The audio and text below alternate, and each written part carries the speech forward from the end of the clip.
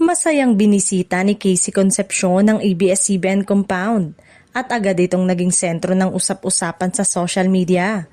Marami ang natuwa nang makita siyang muling nasa Kapamilya Network lalo na't matagal siyang hindi napapanood sa mga pangunahing proyekto sa telebisyon. Sa mga larawang kumalat, kapansin-pansin ang kanyang positibong aura na lalong nagpa-excite sa fans. Para sa kanyang mga taga-suporta, hindi ordinaryong pagbisita ang ginawa ni Casey. Marami ang naniniwalang posibleng may kinalaman ito sa isang bagong proyekto o showbiz comeback. Lalo na't kilala ang ABS-CBN bilang tahanan ng ilan sa pinakamalalaking pangalan sa industriya. Agad ding umani ng supportive messages ang mga post tungkol sa kanyang pagbisita.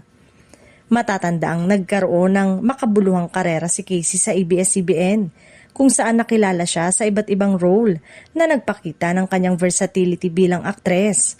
Kaya naman para sa maraming fans, tila simbolo ng pagbabalik loob at panibagong simula ang kanyang pagsubok at pagpasok muli sa compound.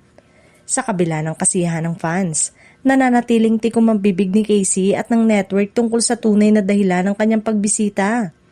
Gayunpaman, hindi ito naging hadlang para umarangkada ang espekulasyon at excitement online, lalo na sa posibilidad ng isang teleserye o special project.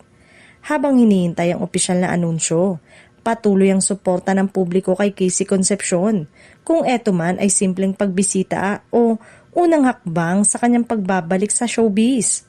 Malinaw na malakas pa rin ang interes at pagmamahal ng fans sa kanya at handa silang tanggapin siya muli sa telebisyon.